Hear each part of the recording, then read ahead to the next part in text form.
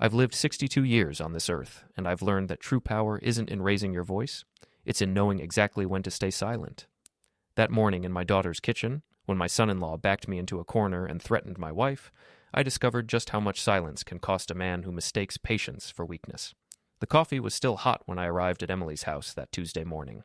I'd driven over to drop off some boxes of Linda's homemade preserves, strawberry jam, pickled vegetables, the things my wife loved to make and our daughter loved to receive.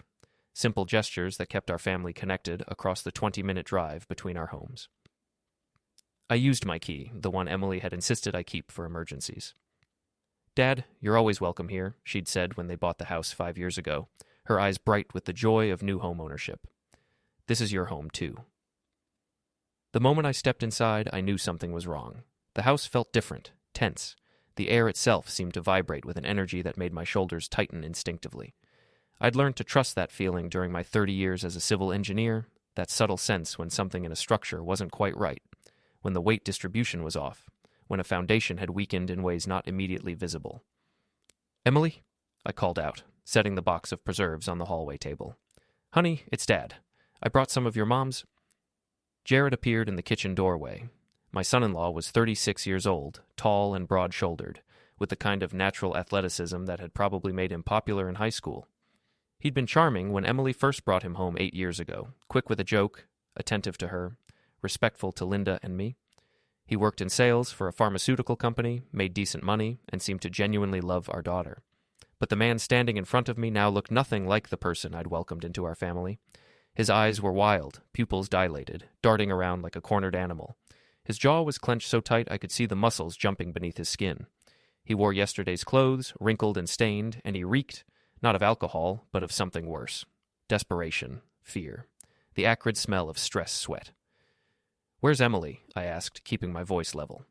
"Out," he said curtly, took the kids to her mother's. Something in his phrasing struck me as odd. Linda wasn't her mother. She was his mother-in-law, family, but I filed that observation away and focused on what mattered.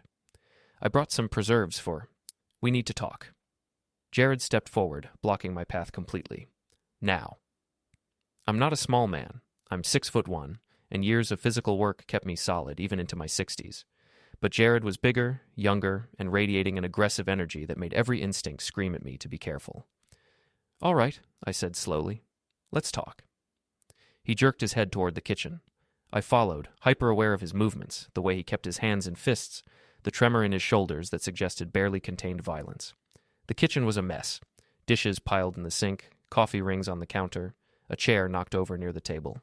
Signs of chaos that Emily, my organized, meticulous daughter, would never tolerate. "Sit down," Jared commanded. "I'm fine standing." "I said sit down." His voice rose to a shout, and he slammed his hand on the granite counter. The sound cracked through the kitchen like a gunshot. I saw his palm print in the layer of dust and grime on the counter. He'd hit it hard enough to hurt. I pulled out a chair and sat, not because he intimidated me, but because I needed to understand what was happening. Angry men make mistakes. Patient men gather information. Jared paced in front of me, running his hands through his unwashed hair, breathing hard through his nose. For a long moment, he said nothing, just walked back and forth like a caged predator. "I need money," he finally said. "How much?" He stopped pacing and turned to face me. $100,000. I kept my expression neutral, but my mind was racing. That was an enormous amount, more than most people had in savings, certainly more than I would carry around casually. "That's a significant sum," I said carefully. "What do you need it for?" "That's none of your goddamn business." He took a step closer, looming over me. "You're going to give it to me, today, right now." "Jared, I can't just produce that kind of money from thin air. I'd need to talk to my bank, liquidate some investments." "You have it," he shouted, spittle flying from his lips. "I know you have it. Emily told me about your retirement accounts, your savings, all of it. You're loaded, old man, so don't give me this poor-mouthing bullshit." Old man. The contempt in those words told me everything about how Jared really saw me. Not as family, as a resource to be exploited. "Even if I wanted to help," I said, choosing my words carefully, "I'd need to understand what this is for. Is this a medical emergency? Legal trouble? Business investment? It's for fixing a problem that will go away if you just give me the money." His face was turning red now, veins standing out in his forehead. "And if you don't give it to me?" He paused, and something changed in his eyes. Something cold and calculating slid behind the panic. "If you don't give me the money," he said softly, dangerously, "your wife will regret it." The world seemed to tilt slightly. I'd been threatened before in my life.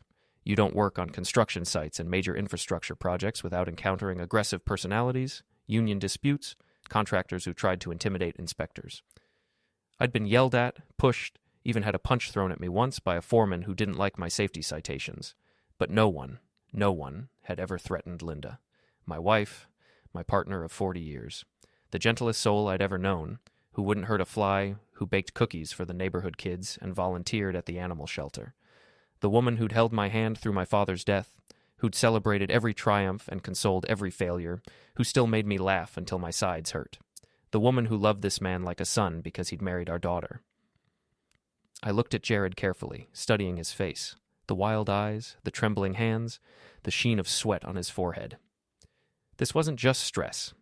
This was terror.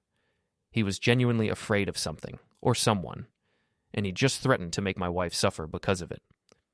"Your wife will regret it," he repeated, as if I hadn't heard him clearly enough. "I swear to God, George, if you don't bring me that money today, Linda will wish you had." For several seconds, I didn't move, didn't speak, just looked at him. Then I stood up slowly. "Okay," I said quietly. Jared blinked, clearly thrown by how easily I'd capitulated. "What?" "Okay, I'll get you the money." You will?" "Yes." I walked past him toward the front door, my movements deliberate and calm. "I'll be back." "When?" His voice rose with desperate urgency. "When will you be back?" "Soon," I said over my shoulder. "You better not be fucking with me, old man. You better not call the cops or—" I closed the door behind me, cutting off his threats. Then I stood on my daughter's porch, breathing deeply, letting the morning air clear my head. My hands were shaking, not with fear, but with a cold, controlled rage that I hadn't felt in decades. I walked to my car, got in, and sat with my hands on the steering wheel. Jared had made a catastrophic mistake. He'd threatened the one person in the world I would burn down everything to protect. He'd thought I was a soft, older man who would fold under pressure, who would choose money over principle. He'd thought wrong. I started the engine and pulled out my phone, but I didn't drive to the bank. I drove to destroy him. My first call was to Robert Chen, my attorney of 23 years.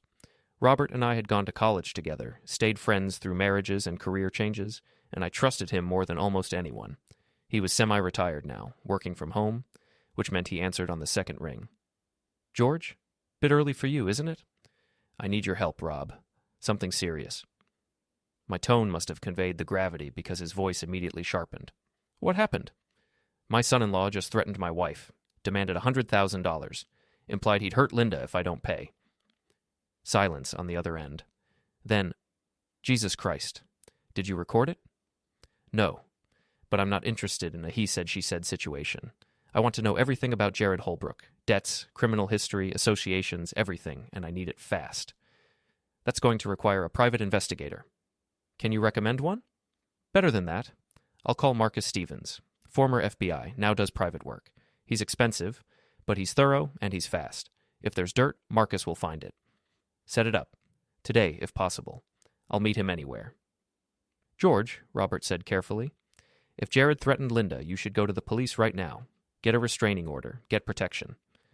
"I will. But first, I need to understand what I'm dealing with. A desperate man is dangerous, Rob. I need to know why he's desperate." Robert sighed. "You always were too smart for your own good. I'll call Marcus now. Where will you be?" "I'm heading to Emily's work. I need to talk to her without Jared around. Be careful. If he's watching, he won't be. He thinks I'm at the bank, withdrawing his blood money. That gives me a window." "All right. I'll text you Marcus's information. And George, don't do anything stupid." "I never do. That's why I'm still alive." I hung up and headed toward the medical supply company where Emily worked as a regional manager. It was a 25-minute drive, which gave me time to think. Jared had always been smooth. Too smooth, maybe, but Emily was so happy with him that Linda and I had ignored our minor reservations. He'd proposed after 2 years of dating, they'd had a beautiful wedding, and then came the grandchildren, Sophie, now 7, and Michael, 5. 2 perfect kids who called me Grandpa George, and climbed all over me whenever we visited. But thinking back over the past year, I could see the cracks we'd ignored. Emily had stopped talking about Jared's job. When we'd ask how work was going, she'd change the subject or give vague answers. Fine, same old stuff. They'd stopped coming to Sunday dinners regularly. Always excuses. Jared wasn't feeling well, the kids had activities, they were just too busy. Emily had lost weight. Not in a healthy way, but in the way people do when stress eats at them from the inside. Her eyes had developed dark circles, and her smile didn't quite reach them anymore. And Jared had become increasingly absent from family events. Even when he showed up, he was distracted, checking his phone constantly, leaving early. The signs had been there. We just hadn't wanted to see them. I pulled into the parking lot of MedTech Solutions at 9:47 a.m. Emily's car was in her assigned spot. I texted her, "Can you come out to the parking lot? Need to talk. It's important." She responded within 30 seconds. "Everything okay? Is it Mom?" "Mom's fine. Just need 5 minutes. I'm by your car." I watched the building entrance. 3 minutes later, Emily emerged, her professional blazer and slacks unable to hide how thin she'd become. When she saw my face, her expression shifted from concern to alarm. "Dad? What's wrong?" I glanced around the parking lot, making sure we were alone. "Where are the kids?" "With Mom. I dropped them off at your house this morning before work." "Why?" Relief flooded through me. Linda knew the kids were coming. It hadn't been Jared's decision. They were safe. "Emily, I need you to be completely honest with me. What's going on with Jared?" Her face crumpled instantly. Just like that, the professional facade dissolved, and I saw my little girl, the one who used to run to me with scraped knees and broken hearts, standing there trying not to cry. "Dad, honey, I was at your house this morning. Jared was there. The house is a mess. He looks like he hasn't slept in days, and I paused, choosing my words carefully. "He said some things that concerned me. Very much." Emily's hand went to her mouth. "Oh, God, what did he say?" "That's not important right now. What's important is you telling me what's happening. Please, sweetheart. I can't help if I don't know." She looked around the parking lot, then back at me, her eyes filling with tears. "Can we sit in your car?" We got in, and she stared at her hands for a long moment before speaking. "He's been lying to me," she said quietly. "About everything. His job, the money, all of it. Start at the beginning." She took a shaky breath. "About 8 months ago, I noticed he was working late more often, coming home at 10, 11 at night. When I'd ask about it, he'd say they were expanding the territory, that he had more clients, more meetings. I believed him because I wanted to believe him. But it wasn't true? No. 3 months ago, I was paying bills and noticed some strange charges on our credit card. Cash advances, thousands of dollars. When I asked Jared about it, he got defensive, said it was business expenses that would be reimbursed. But the reimbursements never came. I felt anger building in my chest, but kept my voice steady. "What else?" I started paying more attention, looking at statements, tracking spending. "Dad, we're drowning in debt. Credit cards maxed out, a second mortgage on the house I didn't even know about, personal loans from places with horrible interest rates. We owe almost $300,000. $300,000 on a house they'd bought for $400,000. They were underwater, trapped. Where did the money go?" I asked. "I don't know. I've asked him a dozen times, and he just gets angry. Tells me it's handled, that I need to trust him, that I'm being paranoid. But 2 weeks ago, I went to his office to surprise him for lunch." She paused, and a tear rolled down her cheek. "He wasn't there. The receptionist looked confused when I asked for him. She said Jared Holbrook hadn't worked there in 4 months. The world seemed to slow down. "He was fired?" "Fired or quit, I don't know. But he's been leaving the house every morning in a suit, pretending to go to work, and I have no idea where he's actually going.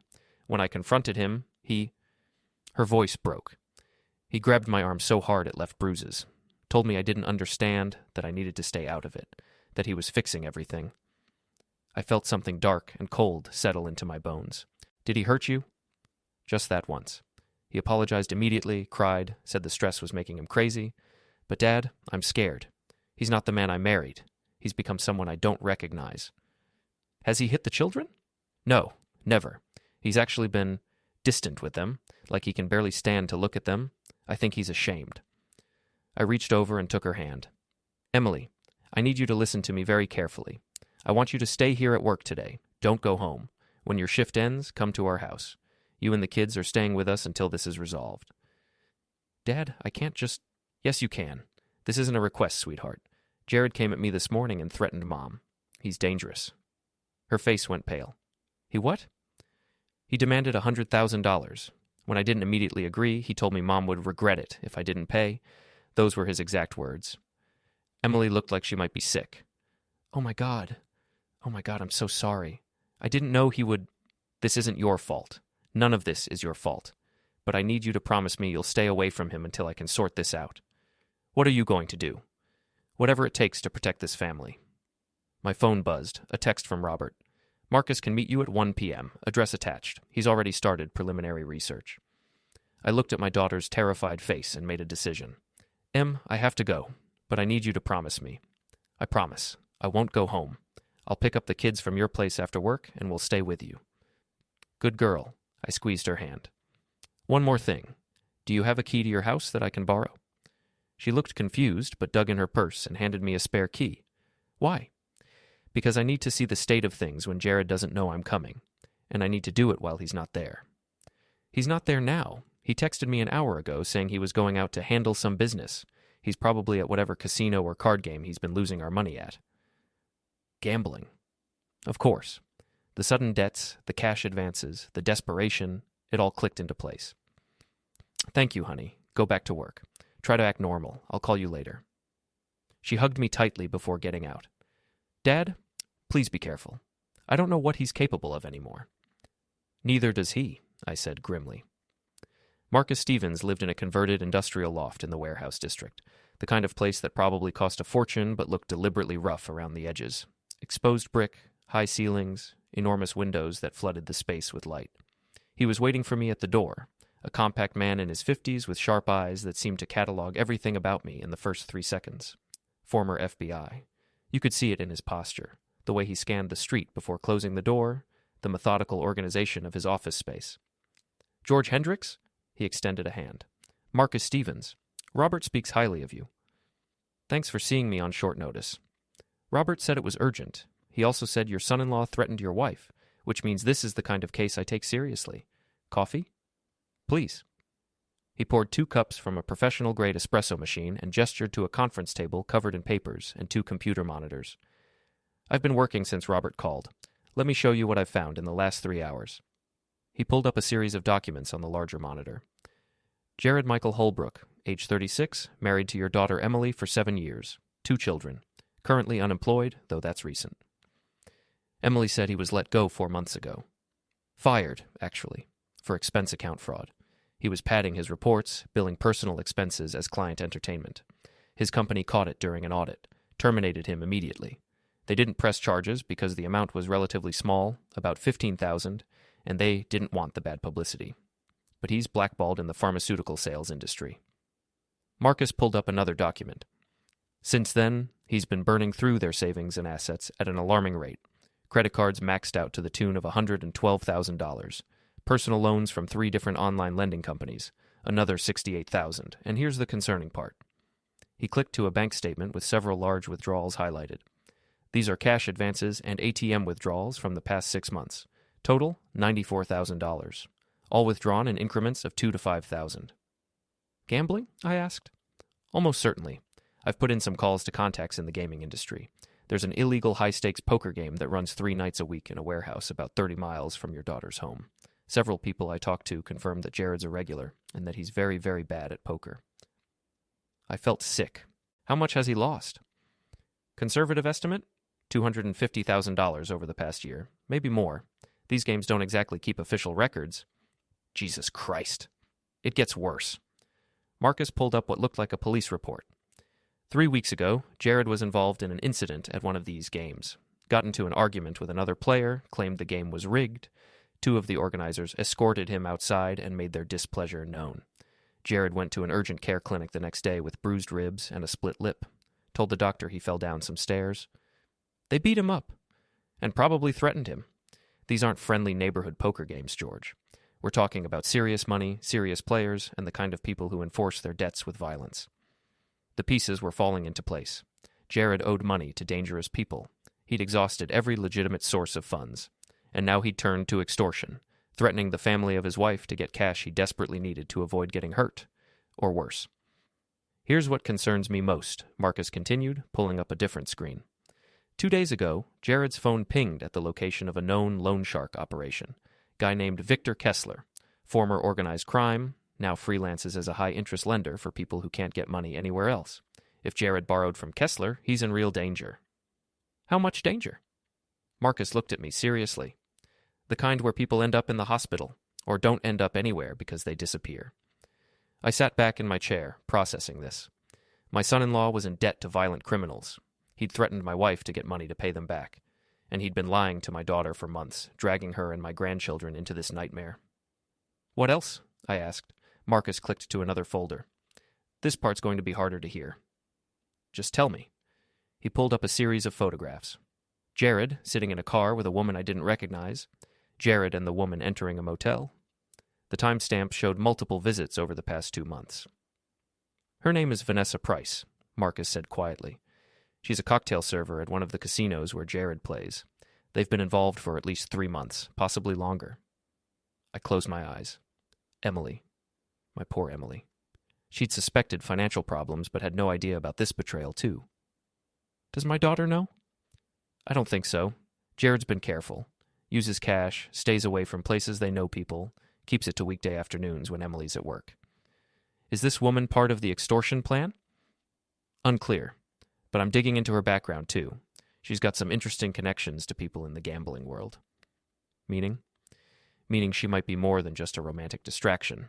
She might be how Jared got involved in the high-stakes games in the first place. I've seen this pattern before. Attractive woman befriends a guy with money problems, introduces him to a game where he thinks he can win big, hooks him deeper and deeper until he's underwater. Then her associates start making offers to solve his problems.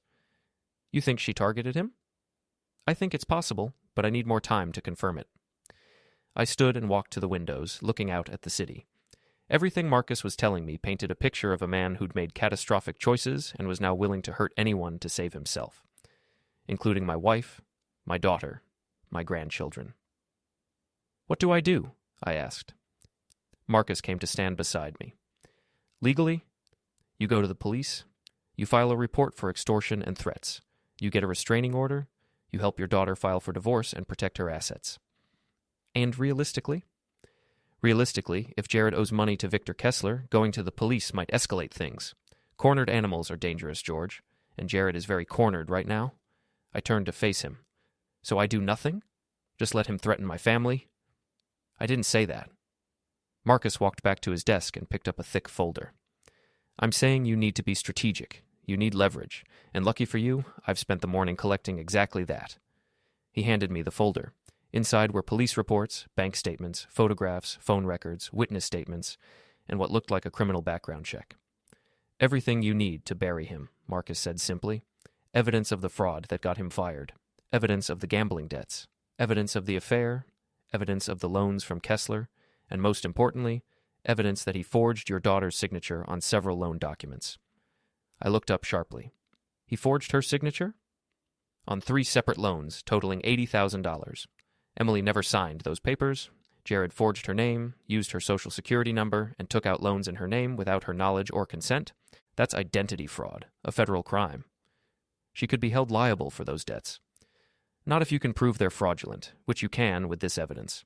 Emily's signature is notarized on your documents from when she bought the house. Any handwriting expert will confirm the signatures on these loans don't match. Jared's going to prison for this, George. The only question is when. I sat back down, my hands shaking slightly as I flipped through the folder. Page after page of damning evidence. Every lie exposed, every betrayal documented, every crime cataloged with precision. Marcus had been thorough, devastatingly thorough. How long will it take for the police to process all this if I file a report? I asked.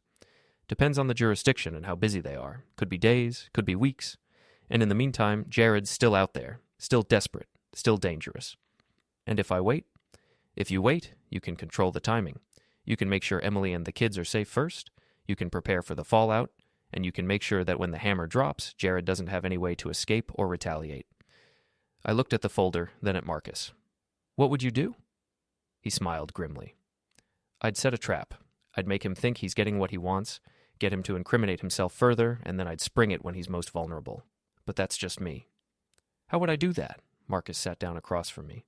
Tell me more about what happened this morning, when he threatened you. I explained the entire encounter, Jared's wild appearance, his demand for money, his threat against Linda. Marcus listened intently, occasionally making notes. When I finished, he leaned back. So he thinks you're going to bring him money. That's what I let him believe. Good. Here's what you do. You go back. You bring him something, not money, but something that looks like you're cooperating. Maybe a partial payment or paperwork showing you're liquidating assets. You keep him talking, keep him feeling like he's in control. And while you do that, I'll have audio recording equipment on you. We get him to repeat the threats, to explain why he needs the money, to incriminate himself completely. Then you walk away with evidence that will destroy him in any court. He threatened my wife, Marcus. I don't want to play games with him. I want him gone. I understand, but if you go to the police right now with just your word against his, it becomes a complicated he-said-she-said situation. He'll claim it was a misunderstanding, that you misinterpreted, that he was just asking for a loan. With a recording of him explicitly threatening violence, there's no ambiguity. The DA will prosecute, and he'll plead out or go to trial and lose. Either way, he goes to prison for years, not months. I considered this. Marcus was right. I needed ironclad evidence, not just accusations. I needed Jared to hang himself with his own words. All right, I said slowly, but I want to make sure Emily and the kids are safe first, and I want Linda protected. Absolutely. Does your wife have somewhere she can go for a few days? Her sister lives 2 hours away. I can send Linda there today. Good. Do that. Tell her it's a surprise visit, a chance to catch up, whatever. Just get her out of town until this is resolved. Your daughter stays at work, then goes to your house. You don't let Jared know where they are. And we time the confrontation for tomorrow morning after I've had a chance to set up the recording equipment properly. What if he doesn't wait that long? What if he does something tonight? Marcus pulled out his phone. I have contacts in private security. I can have someone watching your house and your daughter's house tonight. If Jared shows up at either location and tries something, they'll intervene and we call the police immediately, but I don't think he will. He's waiting for you to bring him money. As long as he thinks that's coming, he'll wait. It was a sound plan. Smart, careful, calculated. Everything I'd taught Emily to be in her work. You didn't rush into decisions, you gathered information, you planned thoroughly, and then you executed flawlessly. How much is this going to cost me? I asked. Marcus waved a hand. Robert's a friend, and cases like this, where we're protecting innocent people from predatory criminals, I don't charge my full rate. Call it $5,000 for everything I've done so far, plus expenses. Another $3,000 for the surveillance tonight and the recording setup tomorrow. $8,000. A fraction of what Jared had demanded, and worth every penny. Done. What do I need to do now? Go home. Call your wife, get her to her sister's place today. Check on Emily, make sure she's okay. And tomorrow morning, 9 a.m., meet me here. I'll wire you up, give you some guidelines for the conversation, and then you go face Jared.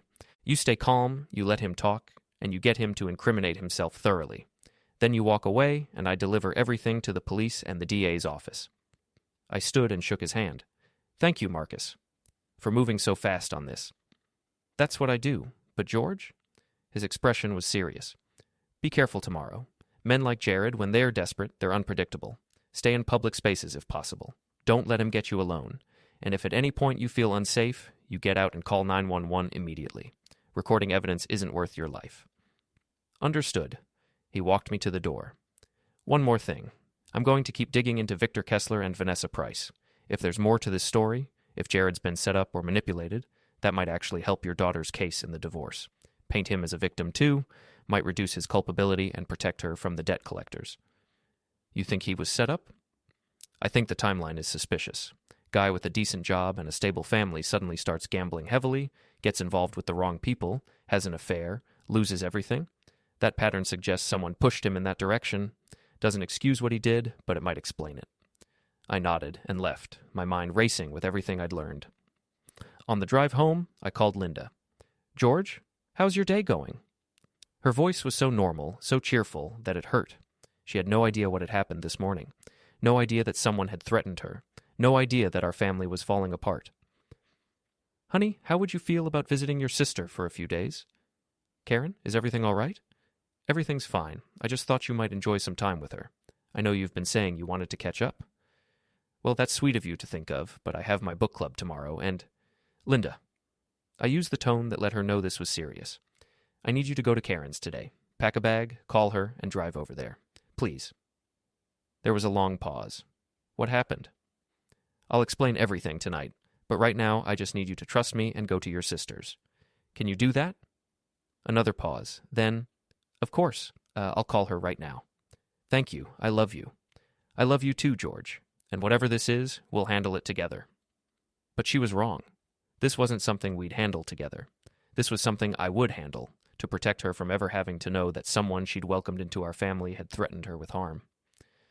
I drove to my house and found Emily's kids in the backyard, Sophie drawing with chalk on the patio, Michael playing with toy trucks in the sandbox. Linda was watching them from the back deck, a cup of tea in her hands, and for a moment everything seemed perfect and normal. Then Sophie saw me and ran over, her face lighting up. "Grandpa George, look what I drew." It was a family picture, stick figures of all of us, holding hands, smiling. 7 figures. Emily, Jared, Sophie, Michael, Linda, me, and even our old dog who died 2 years ago. "That's beautiful, sweetie," I said, crouching down to her level. "You're a wonderful artist." "Where's Daddy?" she asked, her expression suddenly uncertain. "Mommy said he had to work, but he's always working now. I miss him." I glanced at Linda, who looked concerned. "He'll be around soon, honey. Don't worry." But Sophie's face scrunched up. "Is Daddy mad at us? Michael said Daddy yelled at Mommy last night. I heard it too. It was scary." My jaw tightened. "Your dad isn't mad at you or your brother. He's just dealing with some grown-up problems. But everything's going to be okay." She studied my face with the seriousness only children can manage. "Promise?" "I promise." She hugged me tightly, and I felt the weight of that promise settle onto my shoulders. I would make this okay. I would protect these kids, and their mother, and my wife, no matter what it took, even if it meant destroying Jared completely. That night, after Linda had safely arrived at her sister's place 2 hours away, after Emily had come to our house with worry etched into every line of her face, after the kids were asleep in the guest room, I sat at my kitchen table and planned. Emily sat across from me, clutching a cup of tea she hadn't touched, while I explained everything I'd learned. The gambling, the debts, the affair, the forged loans, the threats. She cried. Anger, grief, betrayal, all of it pouring out in painful sobs that broke my heart. This was my daughter, my little girl who'd once believed in fairy tales and happy endings, confronting the wreckage of her marriage and the lies her husband had built. "I'm so stupid," she whispered. "I should have seen it. All the signs were there." "You're not stupid. You trusted someone you loved. That's not weakness, Em. That's being human." "But I put my kids at risk. I put you and Mom at risk." "No." I reached across and took her hand. "Jared did that. Not you, and tomorrow we're going to make sure he can't hurt anyone else." She looked up, her eyes red and puffy. "What are you going to do?" I explained Marcus's plan, the recording, the confrontation, the evidence gathering. Emily listened, and gradually her expression changed from despair to something harder. Determination. "I want to be there," she said. "Absolutely not." "Dad, he's my husband. This is my mess too." "This is not your mess, and I won't let you be in the same room with someone who's proven he'll get violent when cornered. You stay here, you take care of your kids, you let me handle Jared." "But, Emily," I squeezed her hand gently, "I need you to trust me, the same way you trusted me when you were 7 and fell off your bike, or when you were 16 and had your heart broken, or when you were 25 and nervous about your wedding. Trust me to protect you now." She nodded reluctantly. "What happens after tomorrow, after you record him?" "Marcus takes the evidence to the police and the DA. They file charges, extortion, identity fraud, forgery. You file for divorce with an attorney who specializes in protecting victims of financial fraud. We get emergency custody established with you having full custody while Jared's charged, and we make sure every debt in your name that he created fraudulently gets challenged and removed." "What if he comes after me, after the kids?" "He won't. Tomorrow, after I'm done with him, I'm going to make it very clear what happens if he tries. And if he's stupid enough to ignore that warning, Marcus has security people who can keep you safe until the restraining order goes through and Jared's in custody." Emily was quiet for a long moment. Then, "Dad, thank you for believing me, for protecting us. I know this isn't how you imagined your retirement years going." I smiled sadly. "I imagined my retirement including grandchildren, didn't I? That's exactly what I'm fighting for, making sure Sophie and Michael grow up safe and happy, without their father's mistakes destroying their future." She hugged me tightly, and I held my daughter the way I had when she was small, wishing I could shield her from all the pain in the world. The next morning, I arrived at Marcus's office at 8:30 a.m. He had everything prepared, a small recording device that clipped to my belt, a backup device in my jacket pocket, and a tiny camera built into a button on my shirt that would capture video. State-of-the-art surveillance equipment, Marcus explained as he helped me put everything on. Audio is crystal clear, video is high definition. Everything will upload to a secure cloud server in real time, so even if Jared finds the devices and destroys them, we won't lose the evidence. What do I need to get him to say? Ideally, a clear repetition of the threat against your wife, an explanation of why he needs the money, get him to admit the gambling debts, the criminal associates. If he mentions Victor Kessler by name, that's gold, and try to get him to confirm that he forged Emily's signature on the loans. That's our clearest federal crime. And if he gets violent? Marcus pulled out a small panic button. Press this, and I'll call 911 immediately. I'll also have a car parked 3 blocks away from your daughter's house. If you press the panic button, they'll be there in under 2 minutes. You really think it'll get violent? I think desperate people do desperate things. Jared's had all night to stew. He might be calm and rational, or he might be a ticking bomb. Be ready for either. I nodded, testing the weight of the recording devices. They were remarkably light, barely noticeable. One more thing, Marcus said. Don't tell him about the evidence yet. Don't mention me, don't mention what you know about the affair or the gambling. Just play the concerned father-in-law who's thinking about paying him off. Let him think he's winning. That's when people get cocky and say too much. What if he asks for the money right then? Tell him you need a few more days to liquidate assets without raising flags with the IRS. Tell him you're being careful because moving that much money quickly attracts attention. He'll understand that. Criminals always understand caution around law enforcement. We went over a few more scenarios, and then I headed out. The drive to Emily's house felt longer than usual, every mile giving me more time to think about what I was walking into. I texted Jared from the car. I'm coming over. We need to talk. He responded immediately. About damn time. You better have good news. I pulled into Emily's driveway at 9:47 a.m. Jared opened the door before I could knock, looking even worse than he had 2 days ago. He hadn't shaved, his eyes were bloodshot, and he moved with the jittery energy of someone running on no sleep and too much caffeine. Come in, he said curtly, stepping aside. The house was worse than before. More dishes piled up, takeout containers on the coffee table, empty beer cans scattered around. The smell of stale food and unwashed human hung in the air. We need to talk, I said, keeping my voice even and calm. So talk. Do you have the money? I'm working on it. Moving that much cash quickly isn't as simple as... Don't give me excuses. Jared slammed his fist against the wall, making me flinch. I told you I needed that money. And I'm telling you I'm getting it, but I need to understand something first. What's this money for? What kind of trouble are you in? For a moment, I thought he might refuse to answer. Then something seemed to break inside him, and he slumped onto the couch, head in his hands. I'm in deep shit, George. Really deep. Gambling? His head snapped up. How did you? Emily told you. I figured it out. The cash withdrawals, the debts, the way you've been acting. How much do you owe? He laughed bitterly. Does it matter? More than I can pay? More than Emily and I can ever pay? Even if we sold the house and I got another job? Who do you owe it to? Silence. Jared, if you want my help, I need to know what I'm dealing with. Who are these people? Bad people, he said quietly. The kind of people who don't just take your money. They take everything. Your house, your family, your life. They don't play by normal rules, George. Do they have a name? He looked at me, and I saw real fear in his eyes. There's a guy. Victor Kessler. He runs the high-stakes games, provides loans when you lose. Except his loans have interest rates that would make a mob boss blush. I borrowed from him thinking I'd win it back. But the games were rigged. I was never going to win. There it was, an admission of the gambling, an admission of the loans, and Victor Kessler's name. Marcus would be ecstatic. How much do you owe Kessler? $130,000 with interest, and he wants it by the end of the week. If I don't pay... His voice broke. He sent 2 guys to remind me what happens to people who don't pay. That's why I look like this. He pulled up his shirt, revealing bruises across his ribs in various stages of healing. Black, purple, yellow. Someone had beaten him systematically. They said next time they wouldn't just hurt me, Jared continued, his voice shaking. They said they'd hurt Emily, hurt the kids, that they knew where Sophie went to school, where Michael played soccer. They said they'd make me watch while they... He couldn't finish the sentence, but the implication was clear.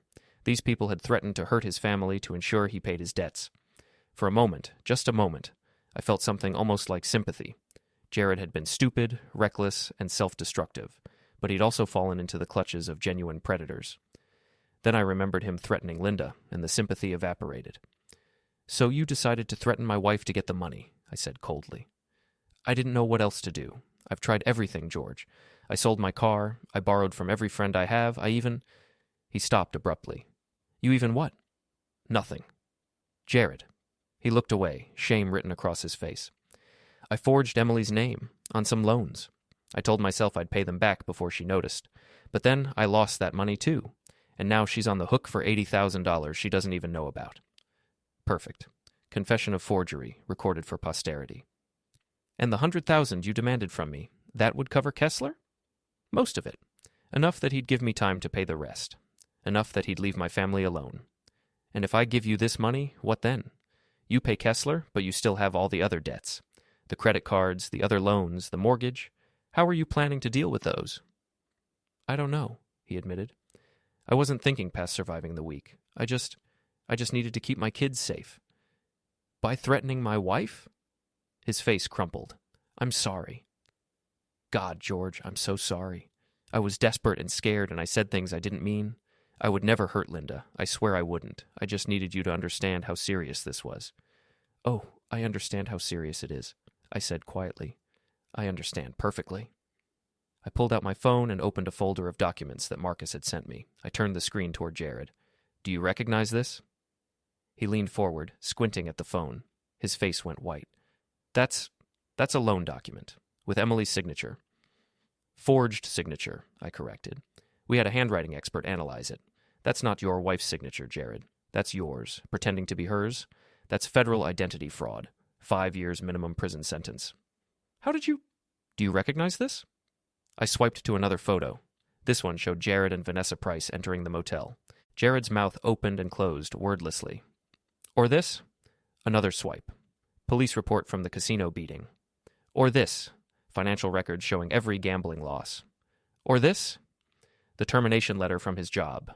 I kept swiping, showing him page after page of evidence. His entire life, exposed and documented. Every lie, every betrayal, every crime. "How?" His voice was barely a whisper. "How did you get all this?" I have friends in the right places. And unlike you, Jared, I actually plan ahead. You threatened my wife on Tuesday morning. By Tuesday afternoon, I knew everything about you. By Wednesday morning, I had enough evidence to send you to prison for a decade. And now, thanks to this conversation, I tapped the button on my shirt. I have you on recording admitting to forgery, admitting to the gambling debts, naming Victor Kessler, and confirming that you threatened my family. Jared's face went from white to gray. "You recorded this?" "Audio and video, crystal clear, uploading to a secure server in real time. Even if you destroy my phone right now, it won't matter. The evidence exists." He stood up suddenly, and I tensed, ready to press the panic button. But he didn't move toward me. He just stood there, swaying slightly, looking like a man watching his entire world collapse. "You're going to destroy me," he said numbly. "No, Jared. You destroyed yourself. You made every choice that led to this moment. The gambling, the lies, the forgery, the affair, the threats. That was all you. I'm just making sure you face the consequences. Emily, she'll lose everything. The house, the kids' stability. Emily will be fine. I've already helped her retain an attorney who specializes in protecting victims of financial fraud. Every debt you created in her name will be challenged and removed. She'll get full custody of the kids, and she'll divorce you so fast your head will spin." "The kids," he whispered. "Sophie and Michael." "Don't you dare!" My voice was hard now, all the suppressed anger finally breaking through. "Don't you dare pretend to care about those children. You threatened to let violent criminals hurt them because of your debts. You put them at risk every single day. You continued gambling instead of getting help. You forfeited the right to call yourself their father the moment you chose cards over their safety." "I love them," he protested weakly. "I love Emily. I made mistakes, but I love my family." "Then you should have protected them. Instead, you threatened mine." I walked toward the door, then paused and turned back. "Here's what's going to happen, Jared. I'm going to leave now. In about an hour, the police will arrive with a warrant for your arrest. They'll charge you with extortion, identity fraud, forgery, and probably a few other crimes. You'll be arraigned, and given your flight risk and the nature of the charges, bail will likely be denied. You'll sit in jail waiting for trial, which will take months. George, please, I'm not finished. While you're in jail, Emily will file for divorce and get a restraining order. You won't be allowed within 500 feet of her or the children. Your assets, what few you have left, will be liquidated to pay your legitimate debts. The fraudulent debts in Emily's name will be challenged, and you'll be held solely responsible for them. What about Kessler? Jared's voice was panicked now. If I'm in jail, I can't pay him. He'll go after Emily and the kids. No, he won't, because in about 2 hours I'm going to have a very interesting conversation with the FBI about Victor Kessler's loan sharking operation. I have recordings of you naming him, describing his business, and detailing his threats. The FBI loves taking down people like Kessler. He'll be too busy defending himself to worry about collecting debts from the wife of a man he already destroyed. It was a calculated risk. Turning Kessler over to the feds might put Emily in danger temporarily. But Marcus had assured me that once federal agents moved on loan sharks, they moved fast. Arrests within days, not weeks. And in the meantime, Marcus's security team would watch Emily's house and our house around the clock. You've thought of everything, Jared said bitterly. No, I just thought of enough. The rest you handed to me by being stupid enough to threaten my wife and then incriminate yourself on camera. I opened the door, then stopped one final time. For what it's worth, Jared, I actually feel sorry for you. You had a good life, a wife who loved you, beautiful children, a decent career, and you threw it all away chasing an adrenaline rush and lying to the people who cared about you. That's pathetic. But threatening my family, that's unforgivable.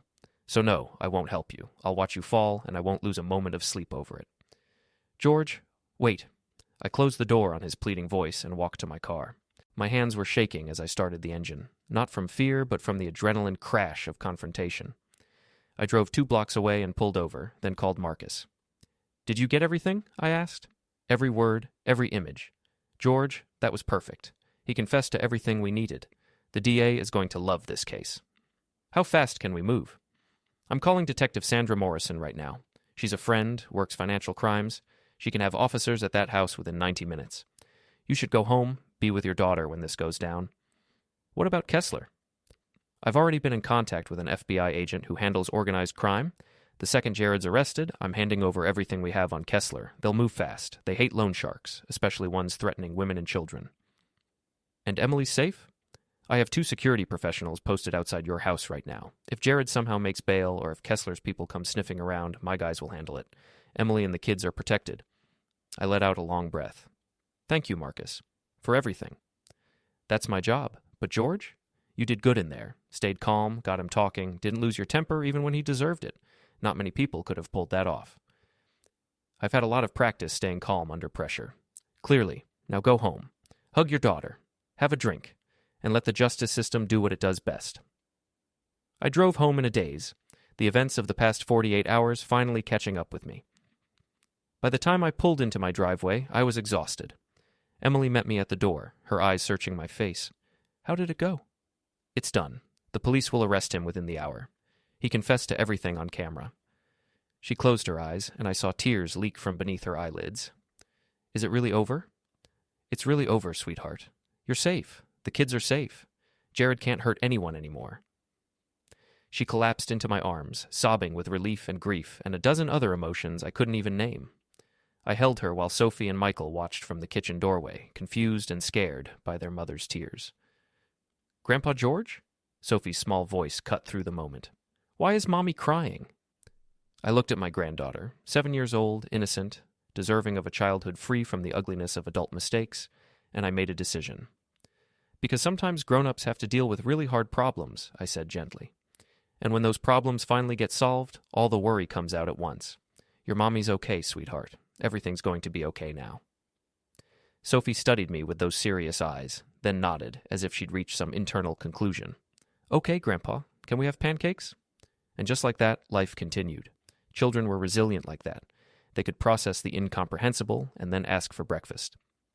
Pancakes sound perfect, I said. Jared Holbrook was arrested at 11:32 a.m. that morning on charges of extortion, identity theft, forgery, and wire fraud.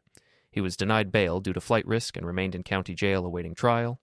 3 days later, the FBI raided Victor Kessler's operation and arrested him along with 6 associates. They seized financial records, discovered a network of illegal gambling operations across 3 states, and found evidence linking Kessler to 2 assault cases and 1 suspected murder. He wouldn't see daylight for decades. Emily filed for divorce on the grounds of irreconcilable differences and domestic endangerment. The court granted her temporary full custody of Sophie and Michael, along with a restraining order preventing Jared from contacting her or the children. Her attorney, a fierce woman named Patricia who specialized in financial fraud cases, systematically dismantled every debt Jared had created in Emily's name. The forged loans were invalidated. The creditors were notified of the fraud and forced to pursue Jared alone. Emily's credit score took a hit, but Patricia assured her it would recover within a year once the fraud markers were properly noted. Vanessa Price, the woman Jared had been seeing, turned out to be exactly what Marcus suspected, a honeypot who deliberately targeted Jared on Kessler's orders. She'd identified him as someone with access to money and a weakness for attractive women, then steered him toward the high-stakes games where he'd lose everything.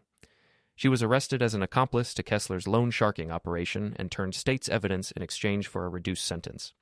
Jared's trial happened 4 months later. He pleaded guilty to all charges in exchange for a sentence of 12 years with possibility of parole after 8. He wrote Emily a letter from prison apologizing for everything. She read it once, then threw it away without responding. Through all of this, I watched my daughter slowly piece her life back together.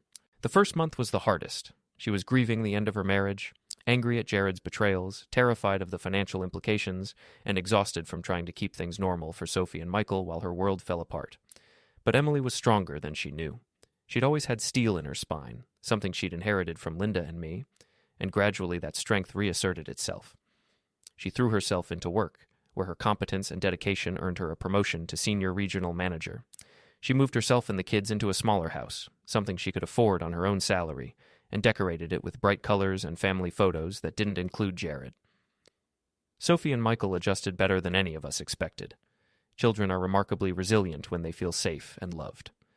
They asked about their father occasionally, and Emily always answered honestly but gently, "Daddy made some bad choices, and he has to face consequences, but that doesn't mean he doesn't love you." Whether that last part was true, I had my doubts, but Emily was right to give the children that grace.